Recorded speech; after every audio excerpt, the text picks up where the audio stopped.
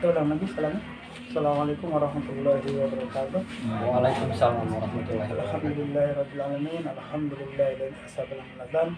Inna rabbana laghafurur syukur. Rasulullah ilaha illallah wa asyhadu anna Muhammadar Rasulullah sallallahu alaihi wasallam wa ala alihi wa ashabihi amma ba'du.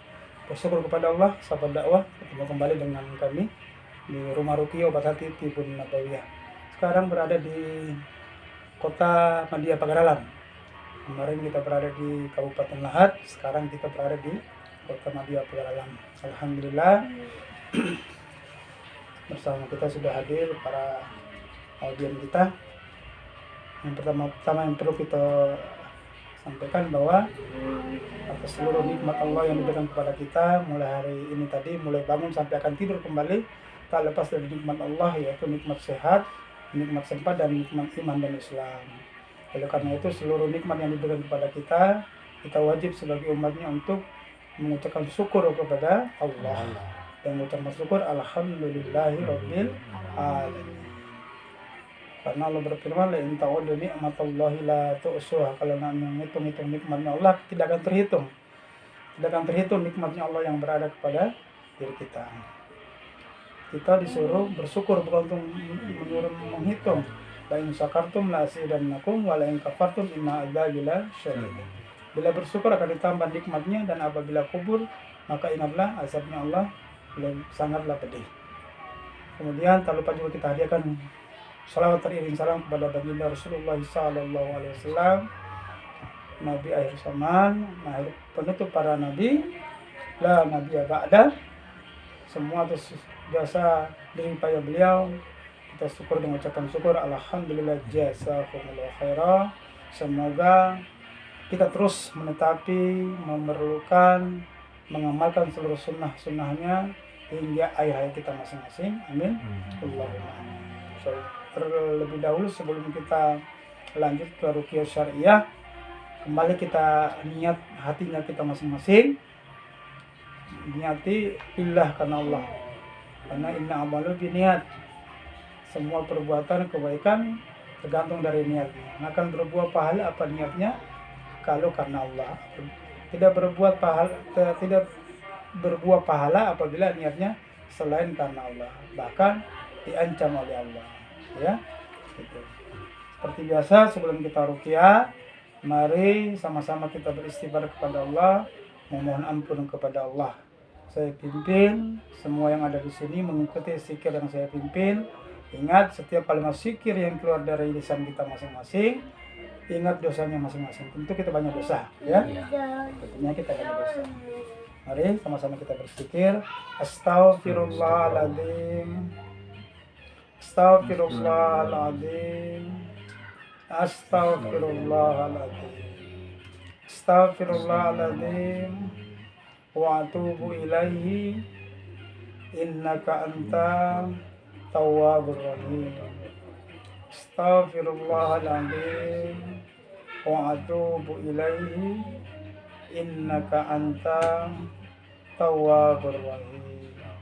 Astaghfirullahaladzim. Wa atubu ilaihi. Innaka anta tawwabur rahim.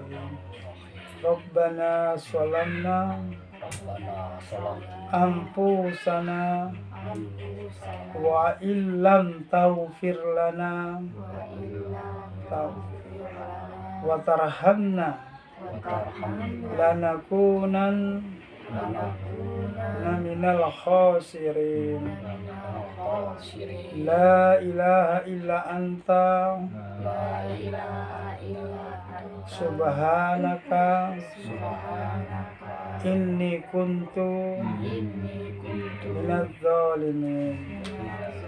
Ya Allah ya Rabb, ampunilah dosa-dosa kami, ampunilah kehilafan kami, ampunilah kealfaan kami. Ya Allah ya Rabb, ampunilah dosa-dosa kedua orang tua kami. La ilaha illa anta Subhanaka inni kuntu minadz dzalimin. La haula wala quwwata illa billah aliyyil azim. Walhamdulillahi rabbil alamin.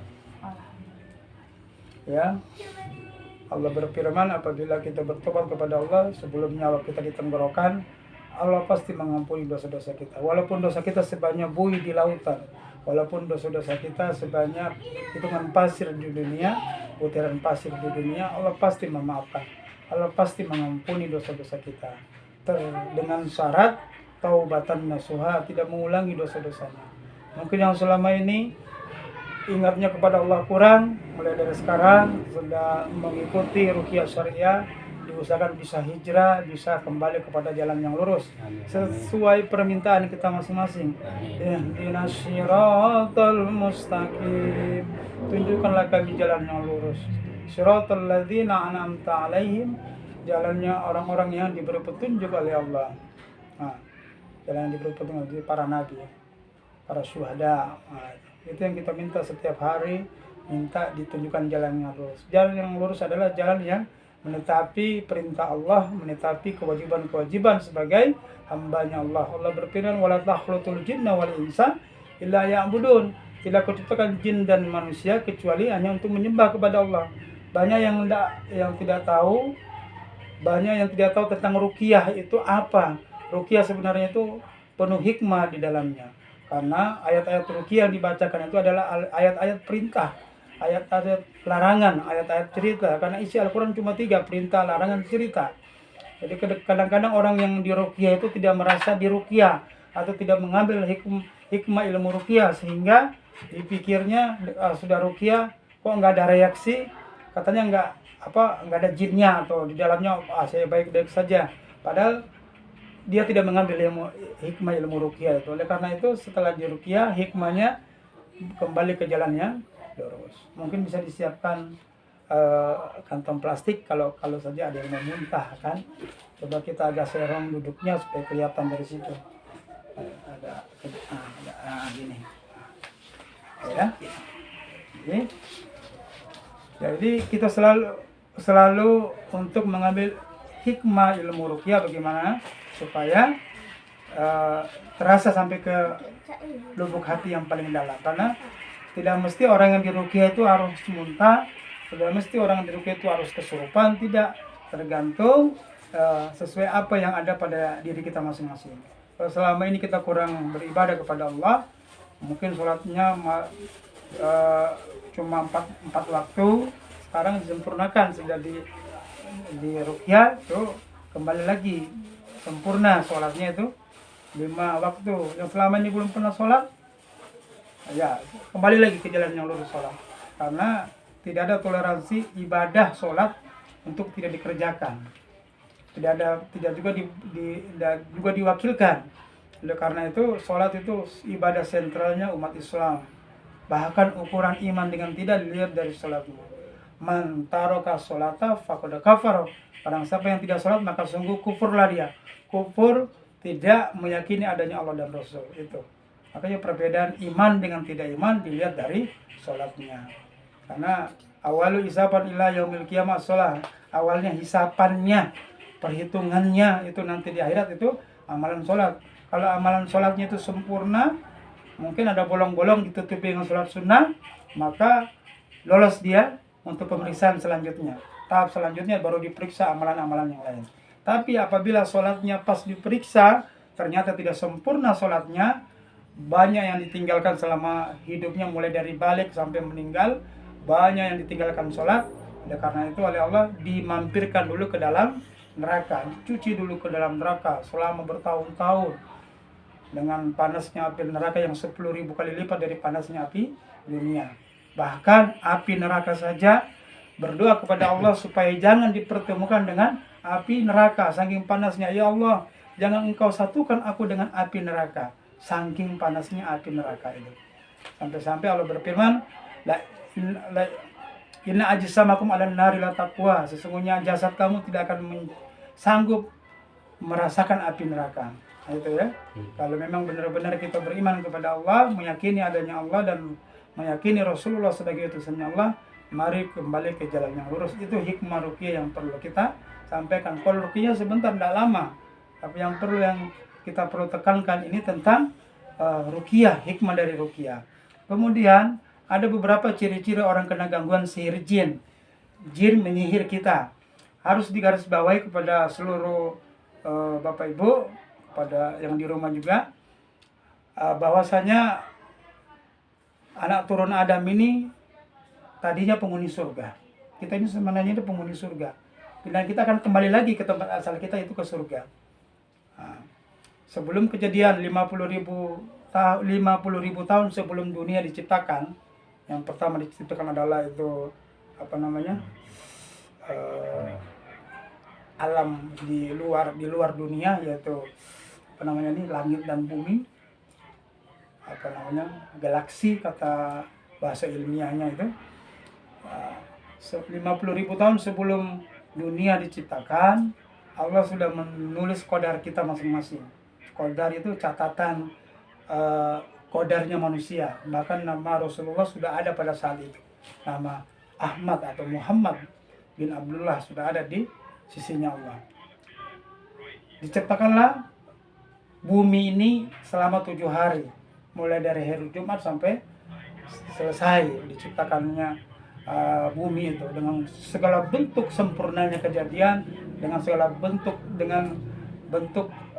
yang benar-benar dimuliakan oleh Allah bentuknya bumi itu. Kemudian diturunkanlah bangsa jin, karena jin duluan lahir daripada bangsa manusia. Belum lahir manusia itu pada saat itu. Diturunkanlah jin. Ini asbabul nuzul ada di permulaannya insya Allah di hadis Bukhari. Sebelum menyampaikan permulaan kejadiannya langit dan bumi, kejadiannya penghuni bumi. Diturunkanlah bangsa jin. Mereka beranak pinak di dunia ini. Nah, selama hidupnya mereka di bumi, mereka berbuat kerusakan, saling membunuh, saling membuat kerusakan. Sebenarnya mereka dengan kita sama kewajiban, wala takhratul jinna wal insa illa ya'budun. Tapi ternyata mereka tidak taat kepada Allah. Akhirnya Allah memerintahkan kepada para malaikat, wahai para malaikat, turunlah ke muka bumi, tumpas habis seluruh jin-jin yang ada di muka bumi, bunuh semua.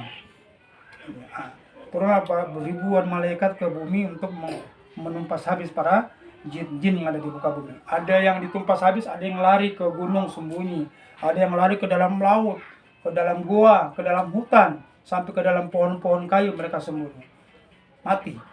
Adalah cikal bakalnya iblis yang namanya kecil, imut-imut, mungkin kayak Bilal, mungkin besarnya kan, kecil imut-imut itu.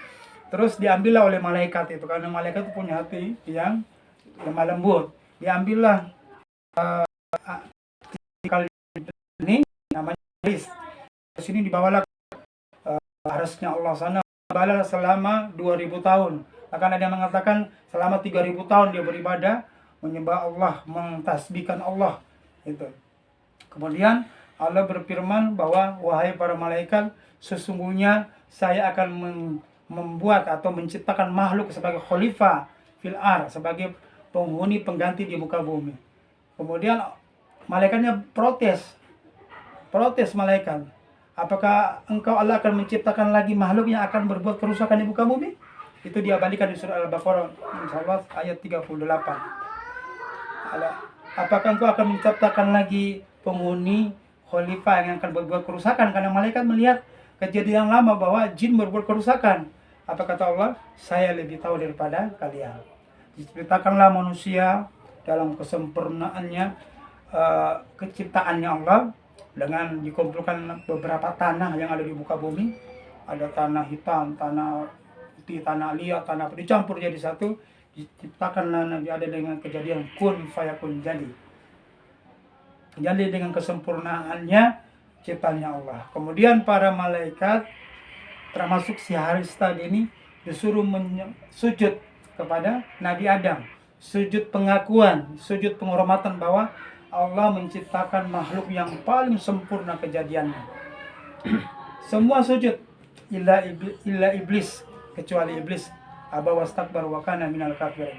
Semua sujud, dia sombong karena dia mentang-mentang hidup selama 3000 tahun menyembah Allah, mensucikan Allah. Dia sombong, kenapa saya harus sujud kepada Adam yang baru diciptakan oleh Allah, yang terbuat dari tanah, sementara saya mulia, saya terbuat dari api, kata iblis.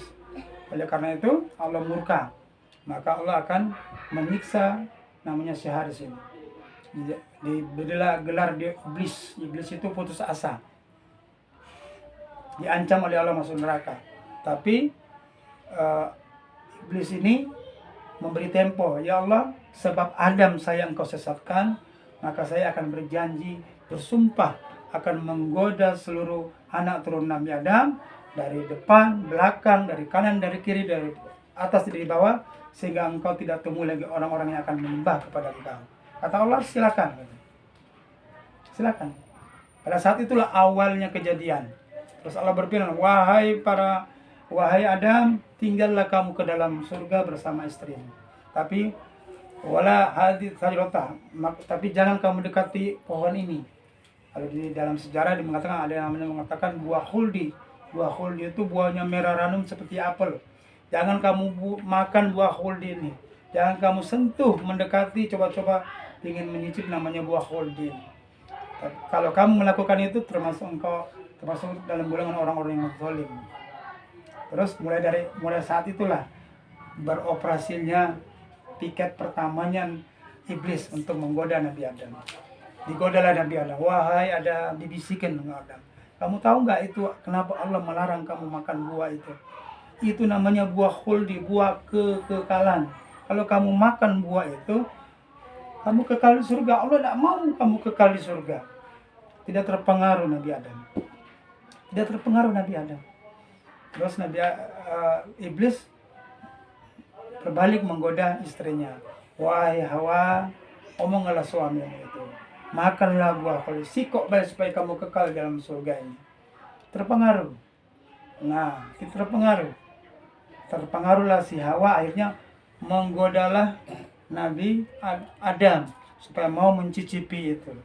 Dengan segala bentuk keistimewaannya perempuan, dengan bentuk rayuannya perempuan, akhirnya takluklah si Adam. Makanya perempuan itu sangat mudah terpengaruh. Bahkan di dalam penghuni surga itu, kalau diinikan itu lebih banyak penghuni surga dari perempuan daripada laki-laki. Karena perempuan itu mudah terpengaruh. Kalau bahasa kita sekarang, mungkin kan, pakai bahasa bersema, iya kak, makanlah, jadi sayang dengan aku, ayo, cicip dikit aja jadilah kak, ujungnya cinta, coba buktikan rasa cintamu kepada aku. Akhirnya dimakanlah. Kan sekarang kan banyak perempuan-perempuan, suaminya soleh, suaminya anggota DPR atau pejabat, karena istrinya serakah, akhirnya suaminya korupsi. Kan banyak kan yang kayak begitu. Nah itu, digodalah ininya, akhirnya makanlah buah khuldi itu. Baru makan, langsung lepas seluruh baju kebesarannya itu. Akhirnya Allah murka. Kemudian murkanya Allah, Nabi Adam itu diturunkan ke bumi. Nabi Adam. Iblis juga diturunkan ke bumi. Kalau dalam hadisnya itu, iblis diturunkan ke Mesir. Di Mesir, dan kemudian berubah atau diserupakan dengan ular kobra. Kalau Nabi Adam diturunkan ke Jeddah, Hawa diturunkan ke India. Selama 40 tahun itu baru ketemu. Itu pun sudah mendekati kematian Nabi Adam baru ketemu. Apa doa Nabi Adam? Rabbana sulamna anfusana wa illam taghfir lana wa tarhamna lanakunanna minal khasirin. Itu doanya Nabi Adam yang kita bacakan tadi itu.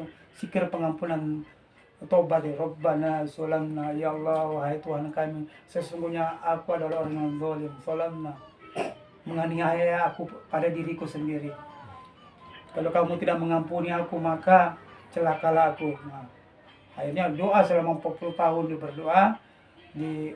Selama 40 tahun baru dipertemukan di Jeddah, itu di Jabal Rohmah, di bukit Jabal Rohmah. Jabal itu gunung, Rohmah. Ketemulah di situ. Ketemulah Nabi Adam di situ. Kemudian beribadah beberapa tahun baru Adam meninggal. Dari hasil turunnya iblis ke muka bumi, iblis ini menikah atau kawinlah entah siapa penghulunya dengan para jin-jin yang pada saat itu melarikan diri. Jadi jangan heran kok ada jin di dalam hutan, ada jin di dalam batu, di dalam gua, di dalam laut. Akan ada sejarahnya Nyiroro Kidul, Allah alam bisawab ya. Itu bangsa jin memang yang lari pada saat itu, apa jin-jin yang anak turunnya iblis kan, yang pasti itu anak turun iblis.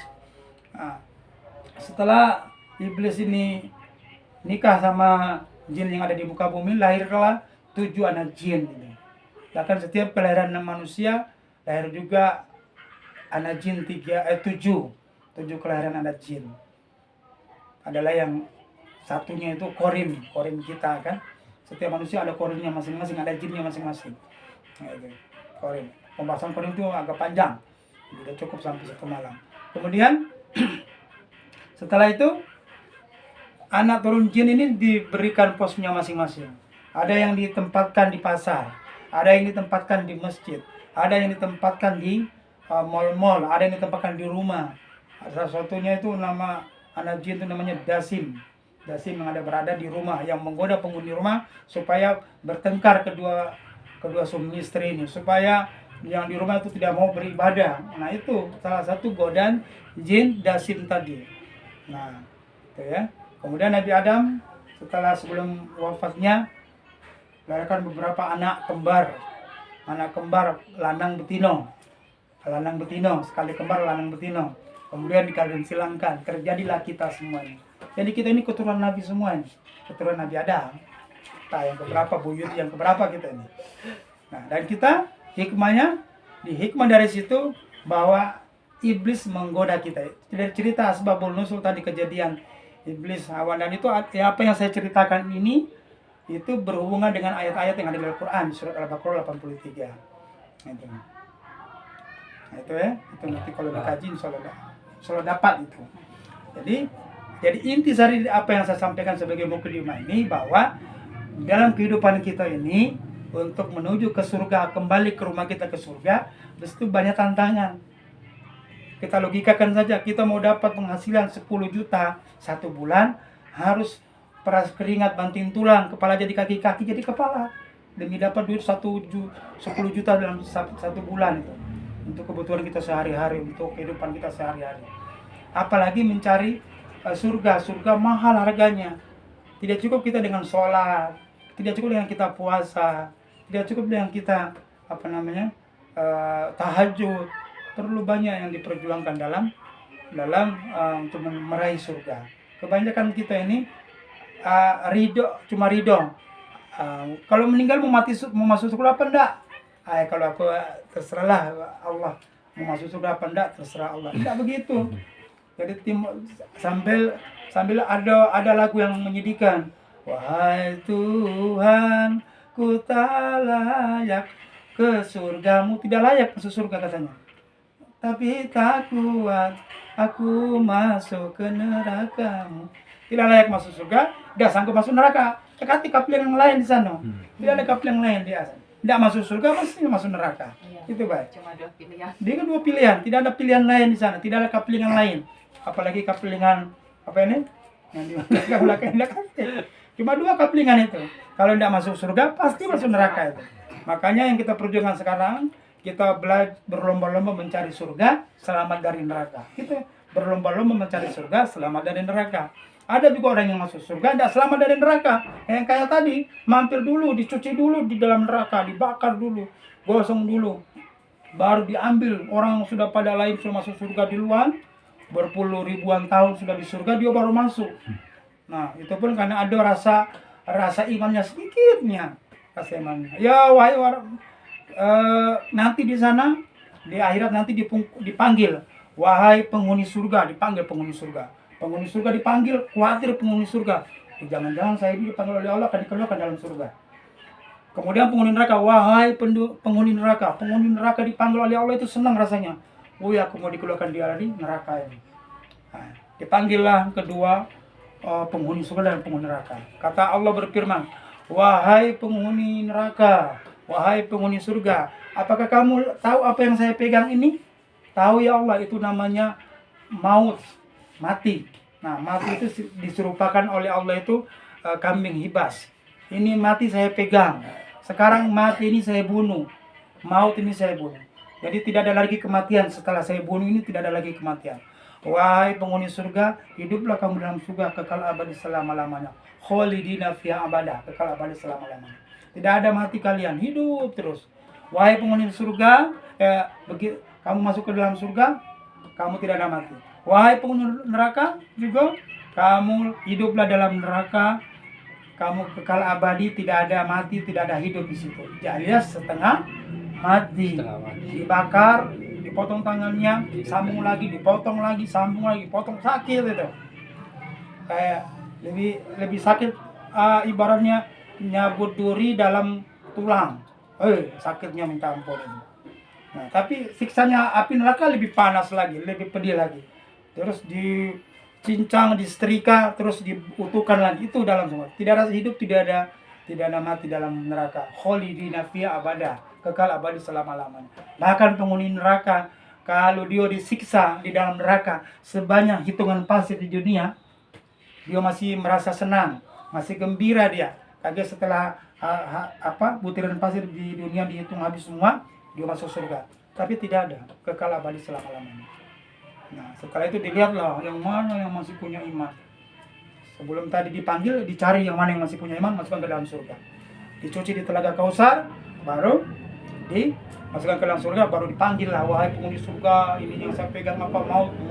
Setelah itu udah selesai perkara ini.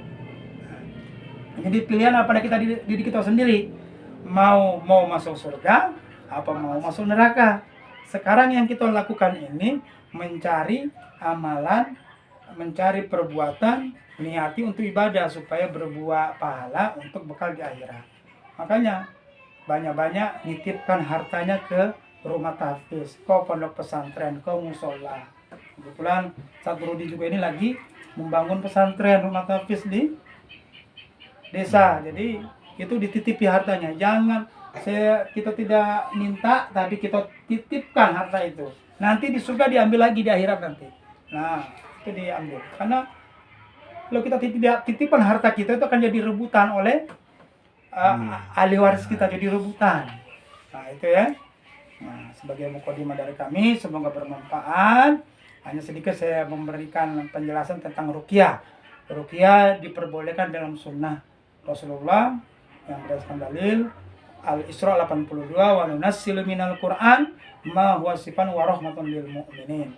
Saya turunkan Al-Qur'an sebagai penawar, sebagai obat bagi orang-orang yang beriman. Ada lagi orang-orang yang beriman, meyakini, orang beriman yakin dan percaya Al-Qur'an dibacakan bisa jadi obat. Kalau tidak yakin ya, tidak beriman kepada Allah, tidak yakin Quran dibacakan biasa-biasa baik. Wala yasidis zalimina illa khusar. Tidak ada efek apa-apa atau tidak ada hasil dari bacaan Quran itu ketika orang itu tidak meyakini Quran bisa jadi penyembuh.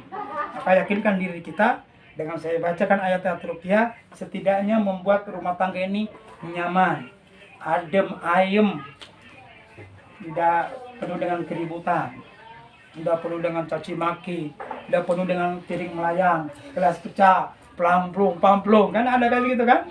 Nah, lihat ini. Kalau istri-istri di dunia ini marah, bidadari surga itu marah. Oi, Nur, jangan kau marah itu calon Radi itu calon raja aku di sini. Karena istrinya penghuni surga paling rendah itu 2.500. Itu surga yang paling bawah 2.500 bidadarinya. Istrinya sebagai permaisurinya, namanya permaisuri.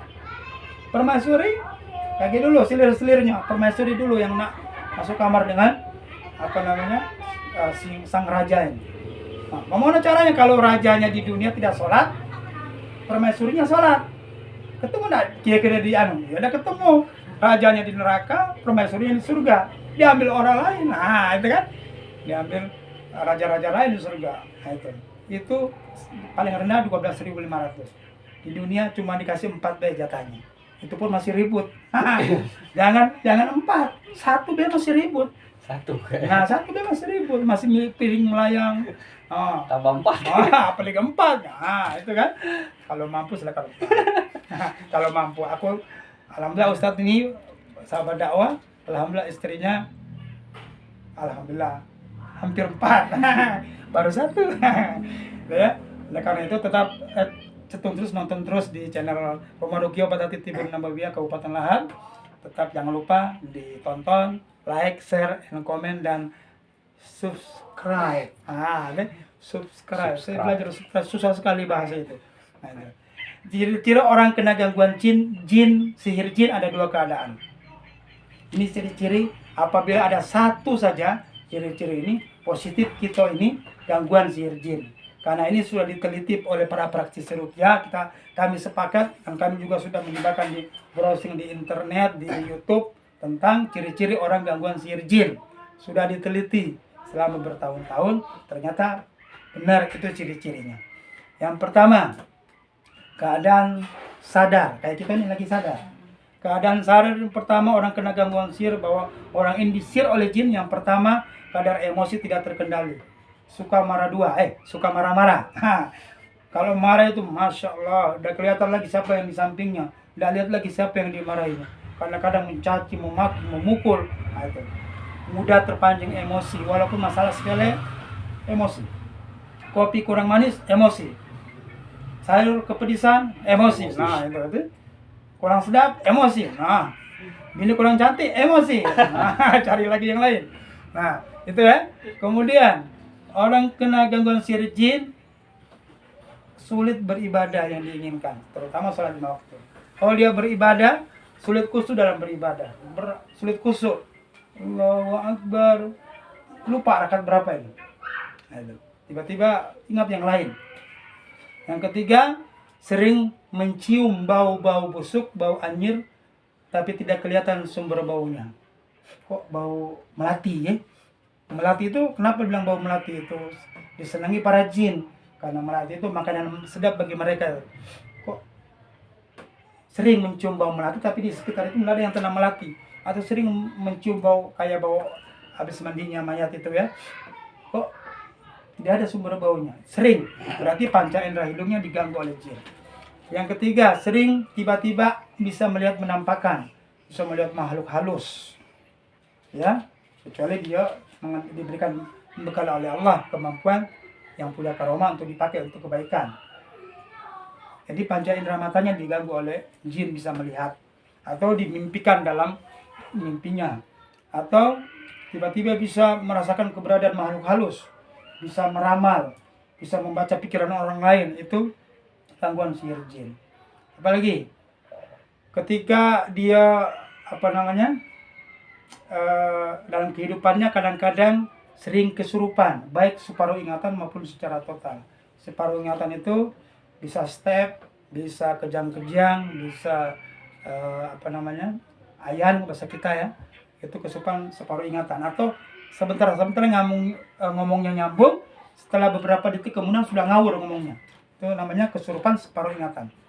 Atau kesurupan secara total yang sering kita nonton di TV itu, kesurupan benar, nggak sadarkan diri. Nah, itu beberapa ciri-ciri gangguan sihir jin yang ketika dia sadar. Sebenarnya banyak ciri-ciri gangguan sihir jin yang ada pada diri manusia, bahwa jin itu mengsihir kita. Jin itu mengsihir kita. Marahnya mudah terpancing, matanya merah, mukanya hitam. Nah, kemudian ciri-ciri yang kedua ketika kita tertidur. Ketika kita tertidur itu ciri-cirinya yang pertama sulit tidur. Tidur susah yang tidur.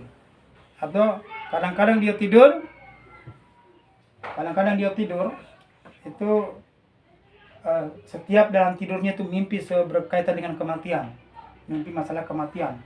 Hal yang mati, mimpi berada di kuburan, mimpi melihat mayatnya dewe, kok rame-rame di rumahnya, itu kok ada yang nangis, kok lakiku nangis, pasti kok aku yang dibungkus kain kafan itu. Sering mimpinya itu, atau sering mimpinya itu dikejar-kejar binatang buas, digigit ular, atau dikejar-kejar anjing, atau dikejar-kejar monyet, harimau dan lain sebagainya berkaitan dengan ini. Kemudian ketika dia tidur sulit untuk bangun untuk beribadah kepada Allah. Berat bangun, gawat itu. Tidurnya malam, bangunnya jam 10, jam 9, jam 11 siang. Nah itu kayak jin. Jin itu kan malam tidak tidur, siang baru tidur jin itu. Jangan tuju Bapak. Nah, itu ciri-cirinya ya. Kemudian sering tidur itu giginya kayak mengunyah. Gigi geram juga. Ayo kamu berdua. Nah, atau sering tidur ngorok seperti harimau. Ya, iyalah. Mama kau yang mau bilang itu. Atau sering tidurnya itu ngigau dengan kata-kata kotor atau kata-kata yang tidak jelas. Duduk. Sering ngigau atau sering memukul, menendang. Stop, tiba-tiba nendang, kan mungkin hobi main bola, jadi tiba-tiba menendang dia gawenya. Atau kadang-kadang karena dia gawenya dipercetakan, tiba-tiba cepat stempel. Cepat stempel. Nah, itu kan. Nah, itu ciri-ciri dalam keadaan tidur. Atau lebih parahnya lagi dia tidur sambil berjalan. Sering tidur berjalan. Banyak kejadian. Dia tidur berjalan. Nah, itu berarti bisa dipastikan dia itu gangguan sihir jin. Jin mengganggu kita karena kita kurang ibadah. Kalau kita sering ibadah, insya Allah jin tidak akan mengganggu kita. Minimal yang ganggu cuma korin-korinnya kita baik. Ya. Nah, gejala-gejalanya orang kena gangguan sihir jin biasanya badannya terasa lemah, malas untuk bergerak tanpa sebab tertentu. Itu gejalanya orang yang kena sihir jin. Sakit kepala atau bagian tertentu tanpa sebab. Sakit kepala di bagian tertentu tanpa sebab. Atau di bagian badannya kok ada yang sakit kok. Pasti periksa kita apa-apa sehat. Nah itu ya. Kemudian ada sebagian tubuh yang bergerak sendiri tanpa sebab yang jelas.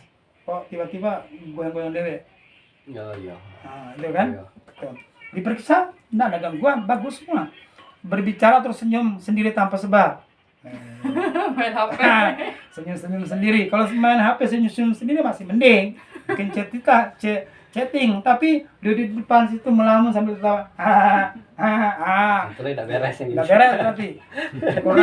Kurang semato berarti biasanya itu. Nah, timbangannya sudah jelas nih. Atau merasa mengantuk ketika membaca atau mendengar Al-Qur'an atau mendengar nasihat, ngantuk begawainya.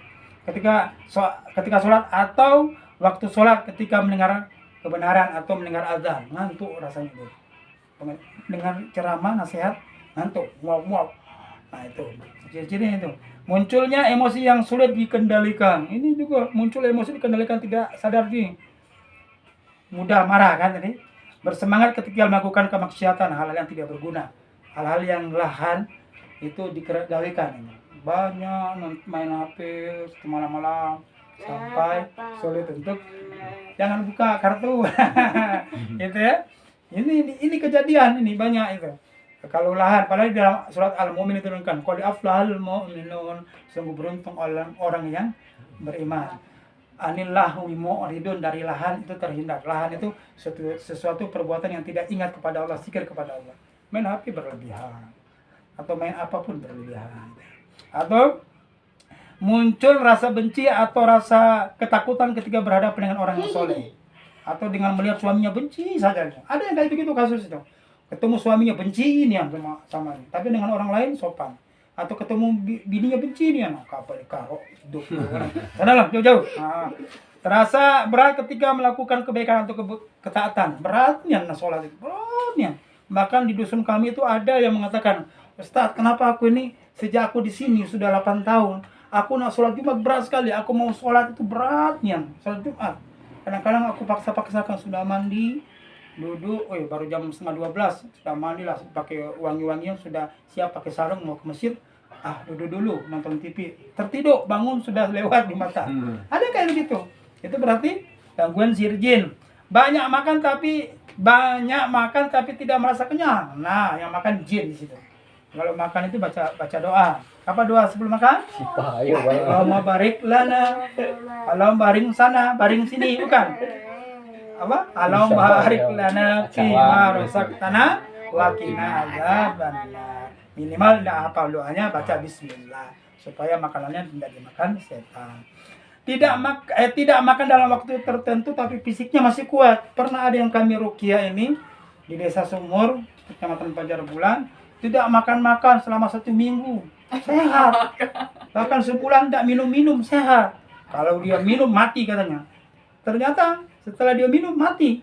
Ternyata berobat kepada dukun, setelah dia minum mati wongnya nih. Pokoknya kalau kau minum mati katanya kan. Memang jinnya begitu. Setelah dia minum, jinnya cekek dia sampai mati. Itu kan. Munculnya kekuatan di luar kemampuan manusia biasa. Tiba-tiba dia orang biasa, dia tiba-tiba punya kemampuan kemampuan yang tak orang lain tidak miliki. Contohnya apa? Indigo. Indigo itu bukan kelebihan, bisa jadi kekurangan indigo itu. Bisa melihat jin, tiba-tiba dia ngobrol, dia ngomong sendiri sambil main kan. Ada yang kayak begitu, jadi hati-hati. Kemudian melakukan gerakan-gerakan binatang tanpa disadari. Kesurupan itu kan. Merasa kesemutan, panas dingin, berdebar-debar, atau sesak napas ketika membaca Al-Quran. Merasa pusing mendengar azan. Sakit kepala. Oi, Mekahnya itu masjid. Berisiknya masjid. Ada yang kayak begitu. Dengar masjid itu merasa pusing mendengar azan. Melihat bayangan atau binatang yang selalu mengikutinya. Merasa ada yang mengikuti itu terus. Bahkan ada dukun disampaikan dukun, kamu ini ada yang jaga. Siapa yang jaga kamu? Malaikat. Ya jelaslah wong ini diikuti oleh malaikat. Malaikat Rokib dan Atib. Kemana-mana kita, ke kamar mandi, Rokib Atib datang, ikut. Nah, ini jangan macam-macam. Rokib Atib pacar jenguk kamu. Apa gawean di kamar mandi itu nah. Sambil pegang HP, chattingan. Kaji dulu ya settingan umur aku lah balik. Itu kan, hati-hati. Ini gejala-gejala yang sering muncul dari gangguan-gangguan sihir jin. Baik itu sang gangguan sihir jin itu dikirim oleh manusia atau dikirimkan oleh manusia. Apa jin itu karena rasa cinta kepada kita. Jin orang ketika diganggu jin ada beberapa alasannya. Salah satunya adanya rasa senang jin perempuan kepada manusia laki-laki. Atau sebaliknya adanya rasa senang jin laki-laki kepada manusia perempuan. Atau adanya rasa senang jin laki-laki kepada manusia laki-laki. Makanya hati-hati jangan disenangi jin. Kalau disenangi jin, dicintai oleh jin, sulit untuk, kalau dia masih bujang gadis, sulit untuk berjodoh. Gitu. Kalau dicintai, setiap mau lamaran dibatalkan, setiap berhubungan dengan lawan jenis dibatalkan, rasa benci kepada lawan jenis. Nah, itu bisa gangguan sihir. Hati-hati. Apalagi jin itu yang sengaja dikirimkan kepada kita. Karena kita usaha kita maju, percetakan kita maju, ada yang ngiri tetangga, "Woi, kenapa dia maju, kenapa aku tidak ini?" Akhirnya ngirimlah penyakit dengan macam-macam bentuk dukun yang diambil, akhirnya membuat kita rasa sakit. Pastikan kepada diri kita kalau kita terjaga sholat 5 waktu, insya Allah aman dari gangguan sihir manapun. Banyak mengerjakan sholat, tidak pernah tinggal, zikir tidak pernah tinggal, doa pagi sore tidak pernah tinggal. Saya pernah mengobati orang, sebelum saya obati itu saya sterilkan rumahnya dengan berbagai macam bentuk ilmu-ilmu. Di depan itu sudah ada tulisan ayat kursi di depan pintu. Bukan ayat kursinya salah, caranya yang tidak bersyariat. Akhirnya menimbulkan jin semakin kuat. Simpan di bawah pintu ada lipatan-lipatan raja-raja, tulisan di kertas, tulisan Arab-Arab yang tidak jelas, itu raja. Oh iya, sama beca itu apa namanya itu Kak? Iya, doa-doa jambi-jambi lah. Jambi-jambi. Iya. Adalah botol digantung di sudut-sudut rumah. Iya. Botol yang isi katanya dari 7 sumber mata air. Macam dari mana dia ngambilnya. Tujuannya itu salah. Jangankan itu, Quran kita pasang di belakang pintu. Kita akan memperkuat jin itu masuk. Karena bukan Quran yang salah, praktiknya kita. Nabi tidak mengajarkan surat Yasin atau surat ayat kursi ditempel di depan pintu. Katanya untuk penjaga pintu, bukan. Yang ada itu Yasin dibaca, Al-Quran atau ayat kursi dibaca untuk dua penjagaan. Zikir pagi petang. Qul falak an-nas dibaca pagi sore sudah cukup menyelamatkan kita dari segala bentuk kezaliman manusia dan bangsa jin. Apalagi tambah ayat kursi pagi sore dibaca. Atau dibaca 2 pagi sore yang sering diperhatikan Nabi. Bismillahirrahmanirrahim. Dengan nama Allah tidak ada yang bisa mencelakakan penghuni langit maupun penghuni bumi. Itu dibacakan sendiri. Tidak disyariatkan dengan memakai ilmu-ilmu cincin supaya kalau dipakai dia akan aman dari godaan kalung dipakai. Ini kalung ini sebagai ikhtiar untuk kalung bukan promosi ya. Ini gelang ya. Gelang ini untuk obat karena dia mengandung ion. Ion melancarkan peredaran darah. Batu ini Ya sebagai hiasan. Nah, kalau ada yang mengatakan, "Woi, batu ini ada isinya. Kalau saya ngomong, saya pakai, saya duduk di rumah makan gratis." Duduk baik jangan makan.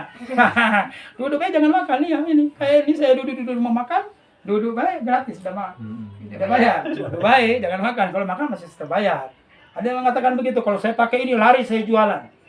Berarti syirik kepada Allah. Ingat, jangan syirik, jangan melakukan kesyirikan. Itu beberapa ciri-ciri orang kena gangguan sihir jin. Kalau itu ada 1, 2, 3 di dalam diri kita, positif kita gangguan sihir. Oleh karena itu kita ruqyah, kemudian diberi nasihat, kemudian kembali jalan yang lurus. Apa itu jalannya? Orang-orang yang diberi petunjuk. Kalau orang yang diberi petunjuk, bahaya, kesasar, masuk ke dalam neraka. Ingat firman Allah bahwasanya apabila manusia ini saya ciptakan sebagai calon penghuni surga, maka aku Allah akan menghiasi amalan orang tersebut melakukan amalan ahli surga. Tapi apabila manusia yang kuciptakan ini sebagai bahan bakarnya api neraka, sebagai calon penghuni neraka, maka aku hiasi orang tersebut pengamalan hari-harinya pengamalan ahli neraka. Apa pengamalan neraka? Kalau pengamalan ahli surga berkaitan dengan capek, lemas, lesu, apa? Tahajud. Pengamalan orang tidur dia tahajud. Itu amalan ahli surga. Mau baca Quran capek, mau sikir boro-boro, nah itu. Boro-boro sikir itu. Sibuk dengan dunia. Kalau amalan ahli neraka kebalikannya, senang, happy-happy, organ-organ, DJ kan, ajub kan. Nah, minum-minuman keras itu. Jadi itu kita lihat dalam 1 tahun ini, aku ini gawekan amalan ahli neraka apa amalan ahli surga? Jangan-jangan aku ini menggawekan amalan ahli neraka ini. Dirubah, kalau sudah tahu begitu dirubah. Kalau tidak dirubah, awas. Bahaya ini. Bisa membuat kita nanti menyesal di kemudian hari. Oke. Semoga apa yang saya sampaikan sebagai nasihat pembukaan, semoga kita kembali lagi kepada jati diri kita untuk beribadah kepada Allah. Adapun dunia ini cuma titipan. Dunia ini dipakai untuk melakukan ibadah. Coba ingat surat Al-Baqarah, "Dzalikal kitabu la raiba fihi hudal lil muttaqin."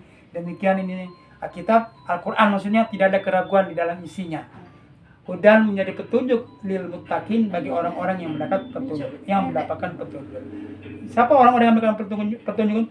Alladzina yu'minuna bil ghaibi wa yuqimunas sholata wa mimma razaqnahum yunfiqun. Orang-orang yang mendapatkan petunjuk itu adalah orang-orang yang percaya kepada barang gaib. Barang gaib itu apa? Jin, surga, neraka, pahala, dosa. Itu barang gaib. Dia yakin kepada barang gaib. Bahkan Rasulullah mengatakan, siapa orang-orang yang hebat? Kata sahabatnya, kami ya Allah. Karena kami hebat berada di samping Rasulullah. Bukan. Orang yang ahli baca Quran. Oh tidak. Yang hebat itu adalah orang-orang setelah kita. Sudah hidupnya jauh dari Rasulullah. Tapi dia dengan melihat buku membaca Quran.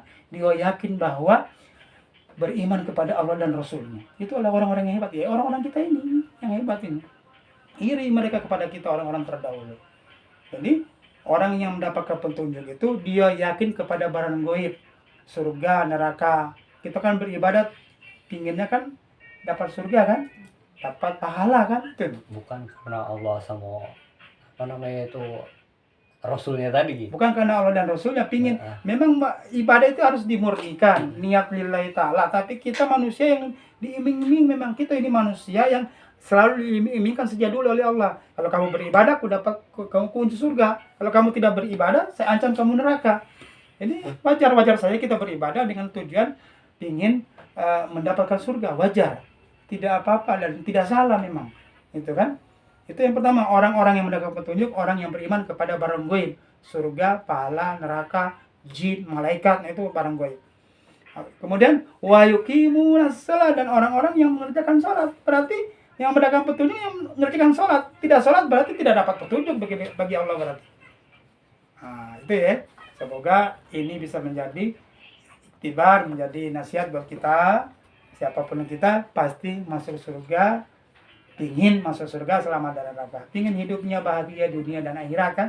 Seperti doa kita, Rabbana atina fid dunya hasanah wa fil akhirati hasanah wa qina adzabannar. Itu doa kita kan, alhamdulillah. Sebelum kita ruqyah, yang pemirsa di rumah jangan lupa tonton terus, like, komen di bawah ini, dan pencet tanda merah yang gambar lonceng itu loh, karena subscribe adalah gratis supaya Anda dapat terus nonton video-video dari kami dari Rumah Ruqyah Obat Hati Tibun Nabawiyah. Kita jeda sebentar, kita minum dulu. Ini minuman itu orang sehat, bukan promosi ya. Kita tutupi ininya supaya bisa jadi obat. Salah satu obat-obat untuk herbal sunnah yang dianjurkan salah satunya susu kambing. Susu kambing ini. Susu kambing. Saya bacakan ayat-ayat ruqyah, didengarkan, jangan tidur, ngobrol jangan, ngantuk boleh, tidur jangan. Ya? Kalau hafal ikuti ya. Kalau hafal diikuti. Semoga dengan ayat-ayat ruqyah yang saya bacakan nanti akan berefek positif kepada diri kita, kepada keluarga ini. Amin. Amin. A'udzu billahi minasy syaithanir rajim. Bismillahirrahmanirrahim. Alhamdulillahi rabbil alamin. Ar-Rahmanir-Rahim. Maliki yaumiddin. Iyyaka na'budu wa iyyaka nasta'in. Ihdinas siratal mustaqim. Siratal ladzina an'amta 'alaihim ghairil maghdubi 'alaihim waladdallin. Amin. A'udzu billahi minasy syaithanir rajim. Bismillahirrahmanirrahim. Alif Lam Mim. Dzalikal kitabu la raiba fihi hudal lil muttaqin. Alladzina yu'minuna bil ghaibi wa yuqimunas sholata wa mimma razaqnahum yunfikun. Walladzina yu'minuna bima unsila ilaika wa ma unsila min qabli wa bil akhirati hum yuqinun. Ulaika ala hudan mir rabbihim wa ulaika humul muflihun. A'udzu billahi minasy syaithanir rajim. Wattaba'u ma tatlus syayatinu ala mulki Sulaiman wa ma kafara Sulaiman walakinna syayatina kafaru yu'allimuna an-nasa as-sihr wa ma unsila 'alal malakaini bi Babila Haruta wa Marut wa ma yu'allimani min ahadin hatta yaqula innama nahnu fitnatun fala takfur fayata'allamuna minhuma ma yufarriquna bi bainal mar'i wa zawji wa ma hum bidarrina bi min ahadin illa bi idznillah wa yata'allamuna minhuma ma yufarriquna bi bainal mar'i wa zawji wa ma hum bidarrina bi min ahadin illa bi idznillah wa yata'allamuna ma yadurruhum wa la yanfa'uhum wa laqad 'alimu laman ishtarahu ma lahu fil akhirati min khalaq wa labitha ma syaraw bi anfusahum law kanu ya'lamun. أعوذ بالله من الشيطان الرجيم وإلهكم إله واحد لا إله إلا هو الرحمن الرحيم إن في خلق السماوات والأرض واختلاف الليل والنهار والفلك التي تجري في البحر بما ينفع الناس وما أنزل الله من السماء من ماء فأحيا بالأرض بعد موتها وبث فيها من كل دابة وتصريف الرياح والسحاب المسخر بين السماء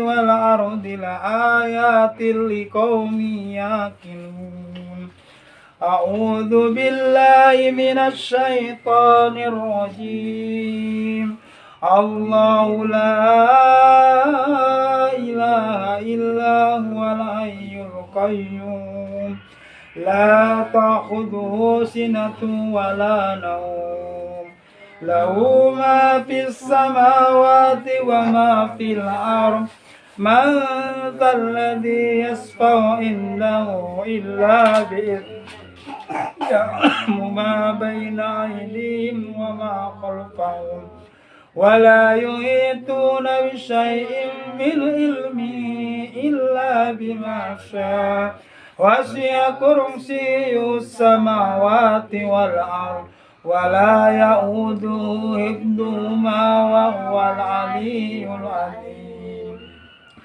أعوذ بالله من الشيطان الرجيم الله لا إله إلا هو الحي القيوم لا تأخذه سنة ولا نوم له ما في السماوات وما في الأرض من ذا الذي يشفع عنده إلا بإذنه يعلم ما بين أيديهم وما خلفهم ولا يحيطون بشيء من علمه إلا بما شاء وسع كرسيه السماوات والأرض ولا يؤوده حفظهما وهو العلي العظيم أعوذ بالله من الشيطان الرجيم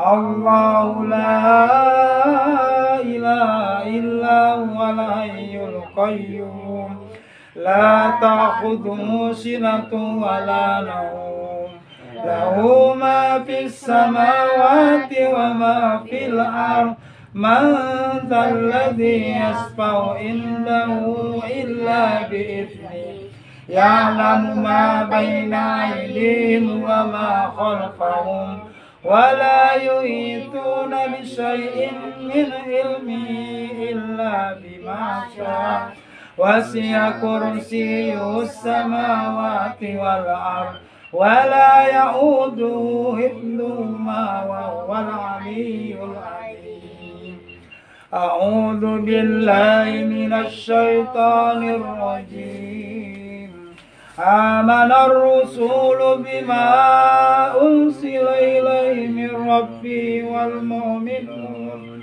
كل آمن بالله وملائكته وكتبه ورسله لا نفرق بين أحد من رسله وقالوا سمعنا وأطعنا غفرانك ربنا وإليك المصير لا يكلف الله نفسا إلا وسعها لها ما كذبت وعليها ما اكتسبت ربنا لا تؤاخذنا إن نسينا أو أخطأنا ربنا ولا تحمل علينا إصرا كما حملته على الذين من قبلنا ربنا ولا تحملنا ما لا طاقة لنا به واعف عنا واغفر لنا وارحمنا أنت مولانا فانصرنا على القوم الكافرين أعوذ بالله من الشيطان الرجيم شهد الله أنه لا إله إلا هو الملائكة لا إله إلا هو الملائكة وأولو العلم قائما بالقسط لا إله إلا هو العزيز الحكيم إن الدين عند الله الإسلام وما اختلف الذين أوتوا الكتاب إلا من بعد ما جاءهم العلم بغيا بينهم ومن يكفر بآيات الله فإن الله سريع الحساب